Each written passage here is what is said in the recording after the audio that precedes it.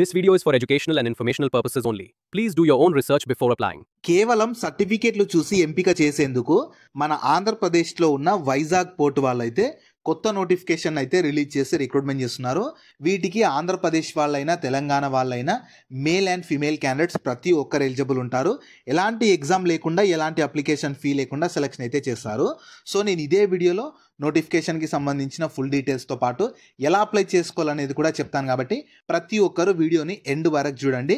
అలాగే చాలామంది వీడియోస్ చూస్తున్నారు, అప్లికేషన్ చేసుకొని వెళ్తున్నారు, కానీ వీడియోస్ని లైక్ చేయడం లేదు. మీరు ఇచ్చే ఒక్క లైక్ మాకు ఎంతో ఎంకరేజ్ చేసినట్లు ఉంటుంది. ఇలాంటి మంచి మంచి జాబ్స్ గురించి అప్డేట్ చేస్తూ ఉంటాను. కాబట్టి ప్రతి ఒక్కరు వీడియోస్ని లైక్ చేసి స్కిప్ చేయకుండా ఎండ్ వరకు చూడండి. అలాగే మన ఛానల్కి వచ్చిన కొత్త వాళ్ళు ఎవరైనా ఉంటే వీడియోస్ని లైక్ చేయడంతో పాటు ఛానల్ని సబ్స్క్రైబ్ చేసుకొని పక్కలో ఉన్న బెల్ సింబల్ని కూడా యాక్టివేట్ చేసి పెట్టుకుంటే నేను ఎప్పుడు కొత్త వీడియో అప్లోడ్ చేసినా మీకు నోటిఫికేషన్ ద్వారా అప్డేట్ అయితే వస్తుంది. నెక్స్ట్ డీటెయిల్స్లోకి వెళ్ళే కంటే ముందు ప్రభుత్వ ఆఫీసుల్లో పనిచేసే డిఓ, డాటా ఎంట్రీ ఆపరేటర్, ఇంకా ఎంటీఎస్సీ 2 రకాల ఉద్యోగాల కోసం కూడా అఫీషియల్గా నోటిఫికేషన్ని రిలీజ్ చేసి రిక్రూట్మెంట్ చేస్తున్నారు. వీటికి మినిమం 10th క్వాలిఫికేషన్ ఉన్న ఆంధ్రప్రదేశ్ అండ్ తెలంగాణ వాళ్ళు ప్రతి ఒక్కరు ఎలిజిబుల్ అయితే ఉంటారు. దీనికి సంబంధించి కూడా డీటెయిల్ వీడియోని కొద్దిసేపటి క్రితమే మన ఛానల్లో అప్లోడ్ చేశాను. మీరు మన ఛానల్ నుంచి చూసుకోవచ్చు. అదే వీడియో లింక్ని పైన కార్డ్స్లో కూడా ఇస్తాను. ఖచ్చితంగా ఈ డీటెయిల్ వీడియో కూడా చూసి ఇంట్రెస్ట్ అండ్ ఎలిజిబిలిటీ ఉన్న వాళ్ళు ఈ జాబ్స్కి కూడా అప్లికేషన్ అయితే చేసుకోండి. సో ఈ ఆపర్చునిటీ మన విశాఖపట్నం పోర్ట్ అథారిటీ వాళ్ళైతే రిక్రూట్మెంట్ చేస్తున్నారు. 2025 ఇయర్కి సంబంధించి నోటిఫికేషన్ని రిలీజ్ చేసి, మీరు కావాలనుకుంటే ఇన్ఫర్మేషన్ మొత్తం వీళ్ళ అఫీషియల్ వెబ్సైట్ అయిన వైజాగ్పోర్ట్.com.కి వెళ్ళి చూసుకోవచ్చు.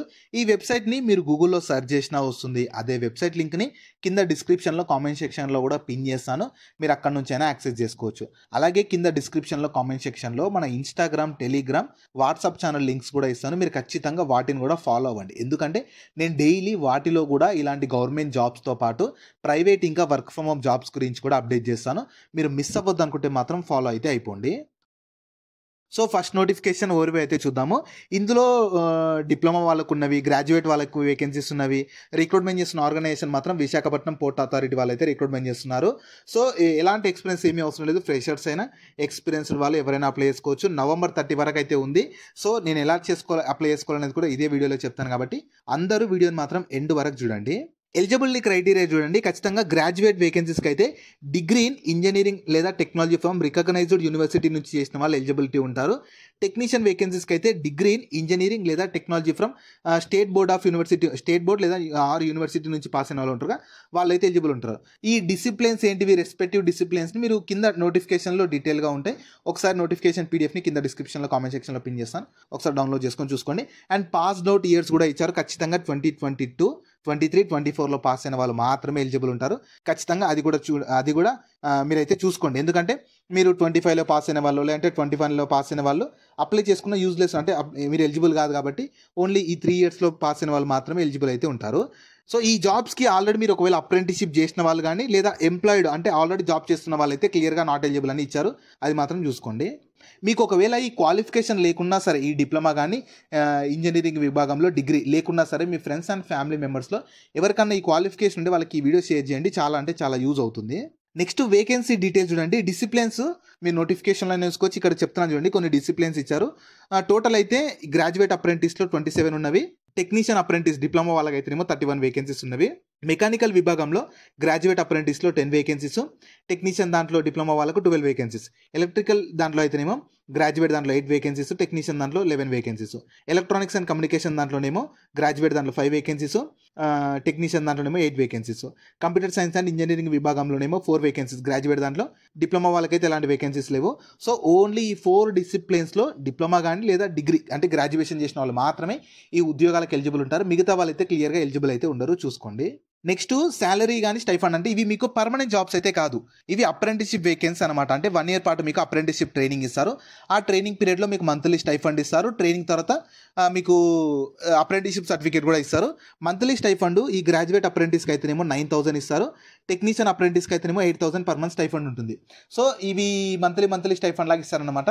మీకు ఈ అప్రెంటిస్షిప్ చేయడం వల్ల యూజ్ ఏంటంటే ఫస్ట్ థింగ్ మీరు ఖాళీగా ఉన్న మీ క్వాలిఫికేషన్ ఖాళీగా ఉన్నామంటే చేయండి. ఎందుకంటే ఇవి చేయడం వల్ల ఏంటంటే మీకు అప్రెంటిస్‌షిప్ సర్టిఫికేట్ వస్తుంది. మంత్లీ స్టైఫండ్‌తో పాటు అప్రెంటిస్‌షిప్ సర్టిఫికేట్. ఆ అప్రెంటిస్‌షిప్ సర్టిఫికేట్ వల్ల మీకు ఫర్దర్‌గా ఎప్పుడన్నా వీళ్ళ సంస్థలో పర్మనెంట్ జాబ్స్ వచ్చినప్పుడు ఆ అప్రెంటిస్‌షిప్ చేసిన వాళ్ళకి సెపరేట్‌గా కొన్ని వేకెన్సీస్ తీసి పెట్టడం గానీ, లేదా వాళ్ళకంటూ సెపరేట్‌గా రిజర్వేషన్ ఇస్తారు. కాబట్టి అది చాలా యూజ్ అవుతుంది.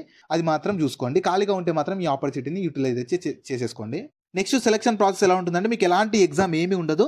మీకు అగ్రిగేట్ మార్క్స్ అంటే మీ క్వాలిఫైయింగ్ ఎగ్జామ్‌లు అంటే మీకు మీ 10థ్‌లో గానీ, అంటే డిప్లొమాలో గానీ, డిగ్రీలో గానీ, అంటే గ్రాడ్యుయేట్‌లో గానీ వచ్చిన మార్క్స్‌ని బేస్ చేసుకొని ఒక షార్ట్ లిస్ట్ అంటే ఒక మెరిట్ బేస్డ్ షార్ట్ లిస్ట్ చేస్తారనమాట. ఒక మెరిట్ లిస్ట్ తీసి దాన్ని బేస్ చేసుకొని షార్ట్ లిస్ట్ చేస్తారు. మీకు ఎలాంటి ఎగ్జామ్ గానీ ఏమీ ఉండదు. ఆల్రెడీ ఈ విశాఖపట్నం పోర్ట్ అథారిటీ దాంట్లో పనిచేస్తున్న వాళ్ళకు ప్రిఫరెన్స్ ఇస్తామని చెప్తున్నారు కానీ వాళ్ళకి అంటే వాళ్ళే ఖచ్చితంగా ఎలిజిబుల్ అని అయితే ఇక్కడ మెన్షన్ చేయలేదు. మీకు ఎలాంటి రిటర్న్ ఎగ్జామినేషన్ కానీ ఎలాంటి ఇంటర్వ్యూ ఏమీ అయితే ఉండదు. నెక్స్ట్ ఇంపార్టెంట్ డేట్స్ చూడండి. మీకు నోటిఫికేషన్ వచ్చేసి 27th అక్టోబర్ రోజు రిలీజ్ అయింది. అప్లికేషన్ మాత్రం ఈ రోజు నుంచే స్టార్ట్ అయింది. అందుకే నేను ఈ రోజే వీడియో చేస్తున్నాను. 1 నవంబర్ నుంచి 30th నవంబర్ వరకు అప్లికేషన్ అయితే చేసుకోవాలి. అండ్ మీకు సర్టిఫికేట్ వెరిఫికేషన్ అంటే ఒకవేళ సెలెక్ట్ అయ్యాక మొత్తం సెలక్షన్ కంప్లీట్ అయ్యాక మీకు డీవీ కండక్ట్ చేస్తారు, డాక్యుమెంట్ వెరిఫికేషన్. అది విశాఖపట్నంలోనే ఉంటుంది. మీకు డేట్స్ అనౌన్స్ చేస్తారనమాట వీళ్ళ అఫీషియల్ వెబ్సైట్లోనే. డేట్స్ అనౌన్స్ చేసి డాక్యుమెంట్ వెరిఫికేషన్ కండక్ట్ చేసి మీకు జాబ్స్ అయితే ఇస్తారు. నెక్స్ట్ అప్లికేషన్ ప్రాసెస్ ఎలా ఉంటుందని చెప్పి ఫస్ట్ చెప్తాను, దాని తర్వాత చూపిస్తాను. ఫస్ట్ ఈ నాట్స్ పోర్టల్కి వెళ్ళాలి. నాట్స్లోనే వేసుకోవాలి అప్రెంటిస్‌షిప్ వేకెన్సీస్ కాబట్టి nats.education.gov.inకి వెళ్ళాలి.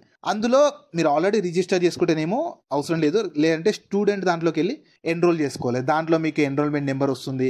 ఆ లాగిన్ ఐడి పాస్వర్డ్ యూజ్ చేసుకొని విశాఖపట్నం పోర్ట్ అథారిటీకి వచ్చేసి మళ్ళీ అక్కడ కెరీర్స్లోకి వెళ్ళి అక్కడ కూడా అప్లికేషన్ చేసుకుంటే మీ అప్లికేషన్ కంప్లీట్ అయిపోతుంది. సో ఫస్ట్ నాట్స్లో మాత్రం ఖచ్చితంగా స్టూడెంట్ లాగిన్ దగ్గరికి వెళ్ళి రిజిస్ట్రేషన్ అయితే కంపల్సరీ చేసుకోవాలి. అది మాత్రం చాలా ఇంపార్టెంట్ నాట్స్లో. ఎందుకంటే ఇవి అప్రెంటిస్‌షిప్ వేకెన్సీస్ కాబట్టి ఖచ్చితంగా నాట్స్లో అయితే వేసుకోవాలి. జాబ్ లింక్ని వీడియో కింద డిస్క్రిప్షన్లో అలాగే కామెంట్ సెక్షన్లో పిన్ చేసా. ఫస్ట్ లింక్ ఓపెన్ చేస్తే ఇలా వెబ్సైట్ ఓపెన్ అవుతుంది. అందులో జాబ్ ఫుల్ డీటెయిల్స్ ఉంటాయి. చూసాక కిందకి స్క్రోల్ చేస్తే నోటిఫికేషన్ PDF ఉంటుంది. దాన్ని డౌన్లోడ్ చేసుకొని డీటెయిల్స్ అన్ని చెక్ చేశాక కిందనే అప్లై లింక్ ఉంటుంది. దానిపైన క్లిక్ చేస్తే సో స్క్రీన్ మీద కనిపిస్తున్నట్లు వీళ్ళ అఫీషియల్ వెబ్సైట్ అయితే ఓపెన్ అవుతుంది. nats.education.gov.in అని చెప్పి ఇందులో స్టూడెంట్ లాగిన్గా కిందకి వెళ్ళాలి. కిందకి వెళ్తే మీకు ఇలా స్టూడెంట్ లాగిన్ దగ్గరకు వచ్చేస్తుంది. మీ ఈమెయిల్ ఐడి పాస్వర్డ్ దగ్గర లేదు, అకౌంట్ లేకపోతే కింద రిజిస్ట్రేషన్ ఉంటుంది. ఫస్ట్ రిజిస్టర్ చేసుకోవాలి. రిజిస్ట్రేషన్ చేసుకున్నాక మళ్ళీ లాగిన్ దగ్గరకు వచ్చేసి ఈమెయిల్ ఐడి పాస్వర్డ్ దగ్గర లాగిన్ అయిపోయి క్యాప్చర్ ఎంటర్ చేసి లాగిన్ అయిపోయి రిజిస్ట్రేషన్ చేసుకుని అప్లికేషన్ చేసుకుని మీ అప్లికేషన్ కంప్లీట్ అయిపోతుంది. సో వాళ్ళు మీకు అప్లికేషన్ ఫీ అయితే లేదు, మళ్ళీ చెప్తున్నాను, మీకు అప్లికేషన్ ఫీ లేదు కాబట్టి, ఎక్స్పీరియన్స్ అవసరం లేదు కాబట్టి ఎలిజిబిలిటీ ఉన్న వాళ్ళు యూటిలైజ్ చేసుకోవచ్చు. సో మీ క్వాలిఫికేషన్లో వచ్చిన మార్క్స్ని బేస్ చేసుకొని వాళ్ళంటూ ఒక మెరిట్ లిస్ట్ని ప్రిపేర్ చేసి సెలెక్షన్ చేసి డీవీ డాక్యుమెంట్ వెరిఫికేషన్ తోటి ఫైనల్ సెలెక్షన్ అయితే చేస్తారు.